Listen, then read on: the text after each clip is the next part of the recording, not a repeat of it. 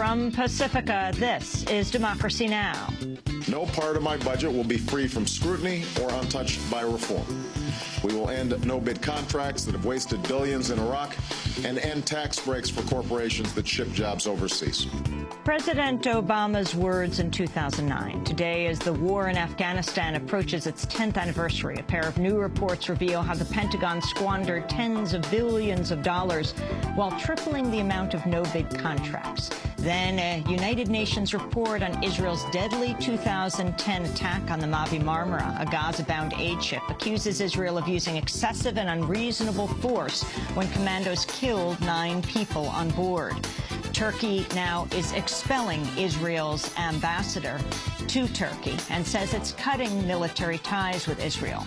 We'll speak with Huwaida Araf, one of the organizers of the Free Gaza Flotilla movement, and with scholar Norm Finkelstein. Then, to the editor of the Watershed Post, a new independent website based in the Catskills that's become one of the region's main sources of news on flooding from Hurricane Irene. 24/7 live blog of the Watershed Post is how a lot of people got their information. People back here behind me knew more from that than what they could find out from here because the communications have been so badly cut off. All that and more coming up. Welcome to Democracy Now!, democracynow.org, The War and Peace Report. I'm Amy Goodman. Muammar Gaddafi has issued a defiant message from hiding, urging supporters to continue the fight with NATO-backed rebel forces. In an audio recording aired on a Syrian network, Gaddafi accused international forces of seeking to occupy Libya for its oil and called on loyalists fighting the rebels to, quote, let Libya be engulfed in flames. Everything you hear is lies. Don't believe it. Fight it with guns. Fight it with bullets. Let bullets speak on behalf of the Libyan people. If they want to enter into a long war with us, let it be so. We will fight from place to place, from city to city, from valley to valley, from mountain to mountain. Let there be a long war. And we will show them they cannot rule Libya and the Libyan people. They cannot rule our armed tribes and our armed people. Gaddafi's call came as representatives of the Libyan rebels met with world leaders in Paris. Attendees agreed to unfreeze Libyan assets for the rebels' use and to continue NATO strikes until Gaddafi's departure. NATO Secretary-General Anders Fogh Rasmussen said international forces will continue to back the rebels. The war is not over yet. There's still some fighting, and this is the reason why I have stressed tonight that NATO stands ready to continue our operation as long as necessary. On the other hand, we will not stay one day longer than necessary. We want to terminate our operation when the situation allows, but there's still some fighting, and we feel obliged to fully implement the UN mandate to protect civilians. Anti-government protests are continuing in Syria today amidst ongoing attacks by the forces of Syrian President Bashar al-Assad. Demonstrations are expected across Syria today after Friday prayers. At least 7 people were reportedly killed Thursday in new government attacks. Speaking in Paris, Secretary of State Hillary Clinton called for new international sanctions on Assad's regime. The violence must stop, and he needs to step aside. Syria must be allowed to move forward. Those who have joined us in this call must now translate our rhetoric into concrete actions to escalate the pressure on Assad and those around him, including strong new sanctions targeting Syria's energy sector to deny the regime the revenues that fund its campaign of violence. The EU has already taken important steps, and I'm pleased to hear that more are on the way. Turkey has downgraded diplomatic ties with Israel and frozen military cooperation ahead of a long-awaited United Nations report on Israel's deadly attack on the Gaza-bound ship in 2010. According to leaked excerpts, the report accuses Israel of excessive and unreasonable force in its attack on the Mavi Marmara, which killed 9 people, including a U.S. citizen. The report says Israel should issue a statement of regret and compensate the families of the dead as well as wounded passengers. But the report also chides passengers aboard the Marmara and the other flotilla ships for what it calls a, quote, reckless attempt to breach Israel's blockade of the Gaza Strip. And in a major development, the UN report also concludes the Israeli blockade of the Gaza Strip is legal under international law. The UN investigation was overseen by Geoffrey Palmer, a former Prime Minister of New Zealand.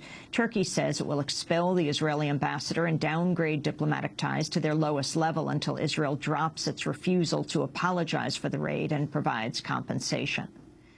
The federal agency responsible for overseeing mortgage markets is reportedly set to file suit against over a dozen big banks for misrepresenting mortgage securities they sold during the housing bubble that preceded the nation's financial meltdown. According to the New York Times, the Federal Housing Finance Agency is preparing lawsuits against firms including Bank of America, J.P. Morgan Chase, Goldman Sachs, and Deutsche Bank. The lawsuits will accuse the banks of packaging and selling mortgage securities at inflated prices ultimately borne by U.S. taxpayers when the economy crashed in 2008. In related news, a Goldman Sachs subsidiary has struck an agreement with New York regulators to end many of its mortgage-related business practices. Goldman Sachs reached the settlement with New York's Department of Financial Services and Banking Department as a condition of its sale of its Litton Loan Servicing subsidiary to the firm Ocwen Financial. As part of the deal, Litton will hire an independent consultant to review foreclosures towards potential compensation to borrowers, as well as end the practice of robo-signing foreclosure documents without proper vetting. The Obama administration sharply reduced its projections for U.S. economic growth over the next year. In a mid-year review, the White House says the official unemployment rate will remain above 9% through 2012, and the GDP will grow at a smaller rate than forecast in February.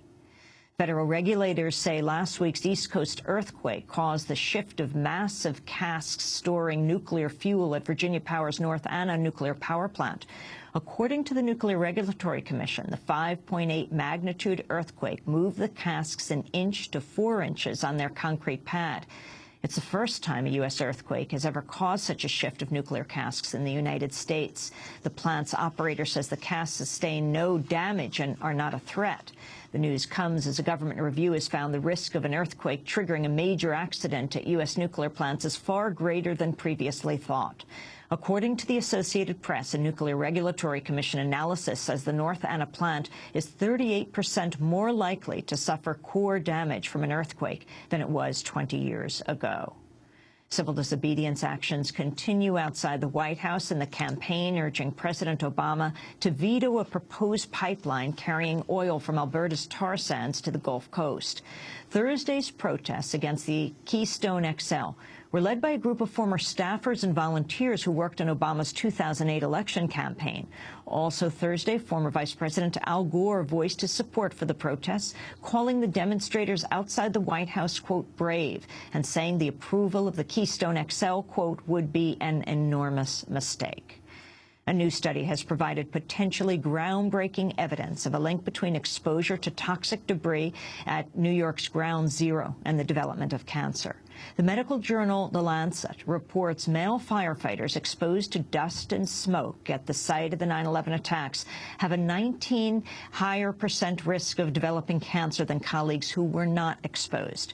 The finding comes just 1 month after the National Institute for Occupational Safety and Health issued there is insufficient evidence to draw a link between the 9/11 site and cancer. Firefighters and rescue workers have been unable to receive payments for cancer treatments because cancer is not covered under legislation providing care for 9/11 responders. Ohio's finalized the first sale in its plan to privatize large parts of its prison system. State officials say they've reached a deal to sell the Lake Erie Correction Institutions to the Corrections Corporation of America, or CCA, for $72.7 million. Ohio will now pay CCA to run the prison. The move is part of a plan to sell off 4 prisons to private firms. Last week, the group Progress Ohio filed a lawsuit seeking to block the privatizations. Guatemala's launched a new search for victims of U.S. medical experiments in the 1940s, following the emergence of gruesome new details earlier this week. Under the experiments, U.S. medical officials intentionally infected Guatemalan sex workers, prisoners, soldiers, and mental patients with syphilis in order to study the effects of penicillin. A White House commission has found nearly 5,500 Guatemalans were subjected to diagnostic testing without their consent, and more than 1,300 were exposed to venereal diseases by contact or inoculations. At least 83 people died over the course of the experiments. Guatemalan Vice President Rafael Espada said victims and their families are now undergoing tests towards claims for compensation. Up to now, we have found 5 people alive who underwent these experiments, and we are transporting them and their families here so they can undergo blood tests and a clinical evaluation. Naturally, they are survivors and are all upwards of 80 and 84 years old, but we want to see if they or their families have suffered any consequences. Thousands of people marched in Bahrain on Thursday at the funeral of a teenage protester allegedly killed by police. Human rights groups say the teenager, Ali Jawad Ahmed, died after being hit by a police tear canister. The crowd of over 10,000 marked one of the largest displays of public protests against the Bahraini monarchy since neighboring Gulf states with U.S. backing helped crush demonstrations earlier this year. In Mexico, 2 women journalists have been found dead in the capital, Mexico City. One of the victims, Ana Yarse, was the founder of the investigative magazine Contralinea. The other victim, Rocio Gonzalez, formerly worked for the broadcaster Televisa. Police say it appears both women were strangled to death. A recently disclosed cable released by WikiLeaks has provided new details of a 2006 Iraq house raid in which an Iraqi family was allegedly bound and executed by U.S. forces. The cable excerpts a letter written by Philip Alston, Special Rapporteur on Extrajudicial Summary or Arbitrary Executions, to Condoleezza Rice, Secretary of State at the time. Alston describes how 10 Iraqis living on a farm were killed.